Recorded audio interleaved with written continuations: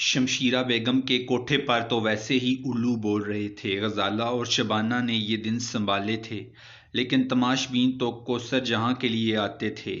بہت سوں کو پتہ چل گیا تھا کہ ہیرا منڈی میں ہونے والی غنڈہ گردی کا شکار کوثر جہاں ہوئی ہے۔ حالانکہ شمشیرہ بیگم نے بات بنانے کی کوشش کی تھی، لیکن جو ہوا تھا وہ سب کے سامنے تھا۔ شمشیرہ بیگم کو البتہ اس بات کا پورا یقین تھا کہ اکرام کے کہنے پر رب نواز شاہ نے ہی کوثر جہاں کو غائب کیا ہے۔ ظاہر تھا کہ اکرام نہیں چاہتا تھا کہ کوثر جہاں کہیں جائے۔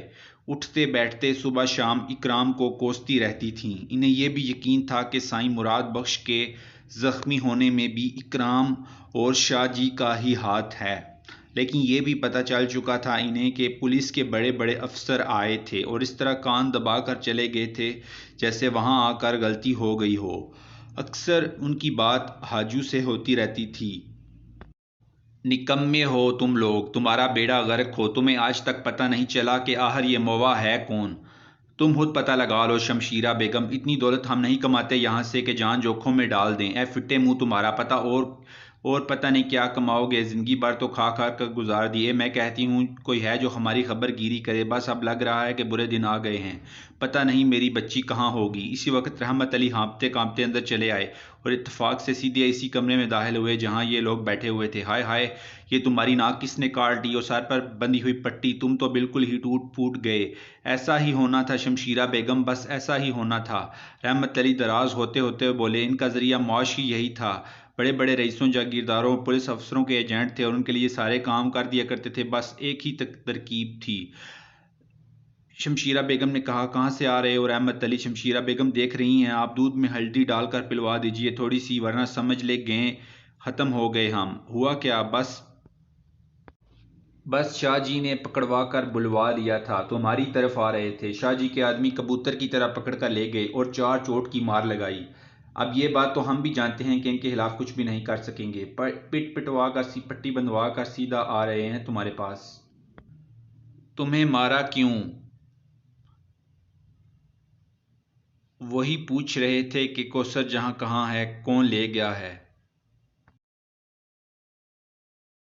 اس کا مطلب ہے کہ شاہ جی ڈبل چال چل رہے ہیں۔ ارے ان کے علاوہ کون لے جا سکتا ہے؟ یہ بات نہیں ہے شمشیرہ بیگم۔ کیا مطلب؟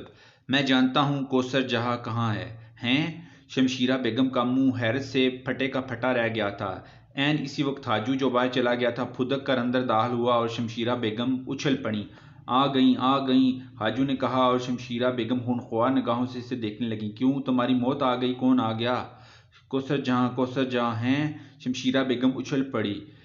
کوثر جہاں اندر داخل ہو گئی تھی اور کوثر جہاں کو دیکھ کر وہ اس کی طرف لپکیں۔ میری بچی، میری روح، میری زندگی، میری جان، کہاں چلی گئی تھی تم؟ کوثر جہاں نے کہا، اماں رکے تو سہی، یہ ڈرامہ نہ کریں۔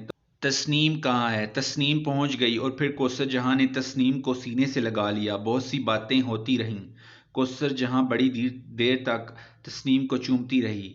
شمشیرہ بیگم نے 1000 سوال کیے اور پوچھتی رہیں کہ کیا ہوا، کیسے ہوا، لیکن کوثر جہاں تسنیم کو لے کر باہر نکل گئی تھیں۔ دیکھو کیا ہو رہا ہے، یہ رحمت علی ماں ہوں میں اس کی۔ اصل میں یہ شاہ جی کا جادو ہے جو سر چڑھ کر بول رہا ہے ماں اور بیٹے پر کہ بتا نہیں سکتی۔ 2 کوڑی کی عزت ہو کر رہ گئی ہے کوٹھے کی، نہ کوئی پوچھنے والا نہ کوئی سننے والا۔ ہائے مولا، کیا لکھ دیا تو نے ہمارے مقدر میں۔ بہرحال یہ ساری ہنگامہ آرائی ہوتی رہی۔ کوثر جہاں نے اپنے کمرے میں داخل ہو کر دروازہ اندر سے بند کر لیا تھا۔ شمشیرہ بیگم کے دل میں پنکھے لگے ہوئے تھے۔ کوثر جہاں تو تسنیم کے ساتھ اپنے کمرے میں جا بند ہوئی تھی اور اس نے مزید کوئی بات کرنے سے انکار کر دیا تھا، لیکن شمشیرہ بیگم کو چین کہاں۔ مجلس مشاورت میں غلام شاہ حاجو موجود تھے۔ رحمت علی چلے گئے تھے۔ بڑے سے منہ میں پان کا بیڑا دبائے شمشیرہ بیگم سوچوں میں گم ہو گئیں۔ غلام شاہ نے کہا، کیا سوچ رہی ہو شمشیرہ بیگم؟ اے غلام شاہ، خدا تمہارا بھلا کرے، ذرا سوچو، یہاں تو کس طرح جان پر بنی ہوئی ہے، اور بیگم صاحبہ آئیں تو ایسے جیسے پہاڑ کی سیر کو گئی ہوں اور خوش و خرم واپس آ گئی ہوں۔ کہاں گئی تھی؟ کون لے گیا تھا؟ وہ مردار رحمت علی بھی نک کٹا ہو کر آ گیا، تکلیف سے تڑپ رہا تھا، دفع ہو گیا، کہنے لگا مجھے پتہ ہے کہ کہاں گئی تھی۔ اب کیسے پتہ چلے کہ کہاں گئی تھی؟ اے غلام شاہ کچھ کرو، بزرگوں ولیوں کے مزاروں پر چادریں چڑھاؤ، دعائیں مانگو کہ اس کوٹھے کی آبرو سلامت ہو جائے، جو لٹ گیا وہ واپس مل جائے۔ ہائے ہائے، کیا کچھ نہ کیا۔ ایک بات بتاؤ غلام شاہ، میں یہ کہنا چاہتی ہوں کہ کوثر جہاں اس طرح سے باتیں کر رہی ہے جیسے اس کی گمشدگی میں شاہ جی کا ہاتھ نہ ہو، ایسا کیسے ہو سکتا ہے؟ اب تم خود بتاؤ۔ کہو تو رحمت علی بھی یہی کہہ رہا تھا کہ اسے پتہ ہے کہ کیا کروں کیا نہ کروں۔ ارے اتنے بڑے بڑے لوگ آ رہے ہیں اور سارے کے سارے ہاتھ سے نکل رہے ہیں، میں تو دعوے سے کہہ رہی ہوں کہ ساری کی ساری ملی بھگت ہے، اور یہ کوثر جہاں بھی اس میں شریک ہے۔ میں نے بھی دنیا دیکھی ہے، اس سے پہلے کوئی انتظام ہوگا ان دونوں کے درمیان۔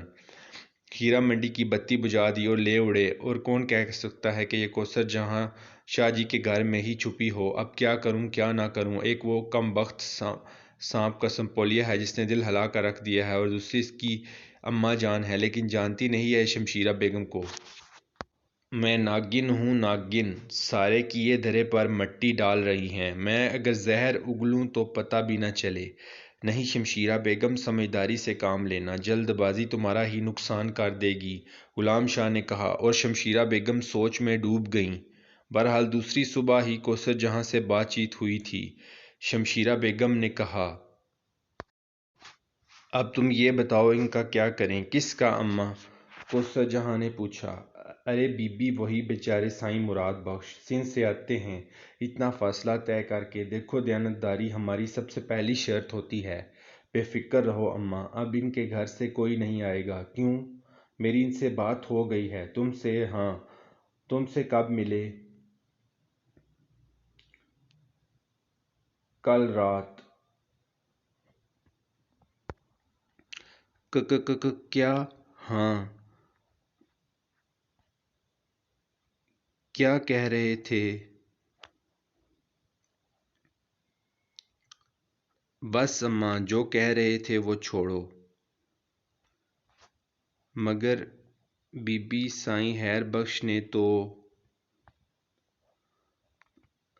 ساری باتیں ختم ہو گئی اماں، کوثر جہاں نے کہا، اور شمشیرہ بیگم کا دل جیسے بیٹھنے لگا۔ وہ الجھے ہوئے لہجے میں بولیں،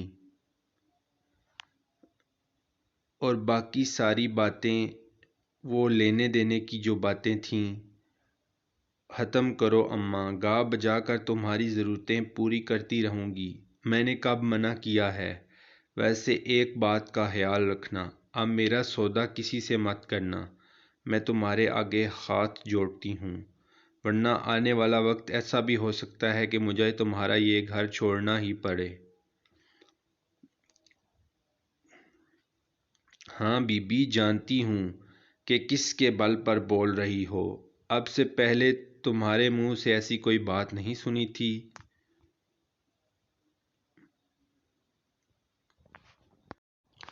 تو اب سن لی اماں، جو کچھ سنا اس کا خیال رکھنا۔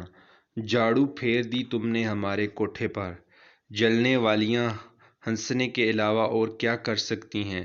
دوسرے کوٹھوں کو دیکھو، دولت برس رہی ہے، لڑکیاں بالیاں ہیں کہ تماش بینوں کے دل مٹھی میں لیے ہوئے ہیں۔ اب تو یہاں آنے جانے والے بھی منہ بنا کر یہاں سے آگے بڑھ جاتے ہیں۔ میں نے بھی شاید غلطی ہی کی ہے، غزالہ اور شبانہ کو آگے بڑھانا چاہیے تھا، بیکار تم پر بھروسہ کیا۔ آج اس غلطی کا احساس ہو رہا ہے۔ آپ فکر نہ کریں اماں، میں گاؤں گی، سب کچھ کروں گی، آپ دیکھیے گا تماش بین ایک بار پھر یہاں مجمع لگا لیں گے۔ مگر میں نے جو کہا ہے اس کا خیال رکھیے گا، ورنہ آپ کو نقصان ہوگا۔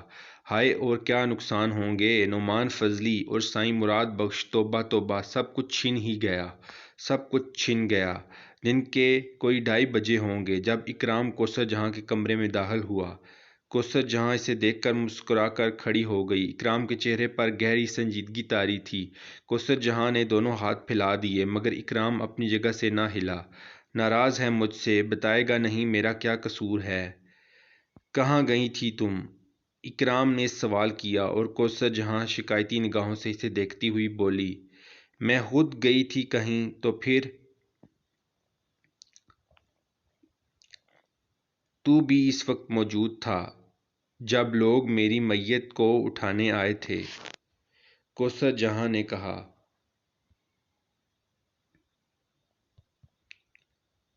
اس کے بعد کیا ہوا تھا؟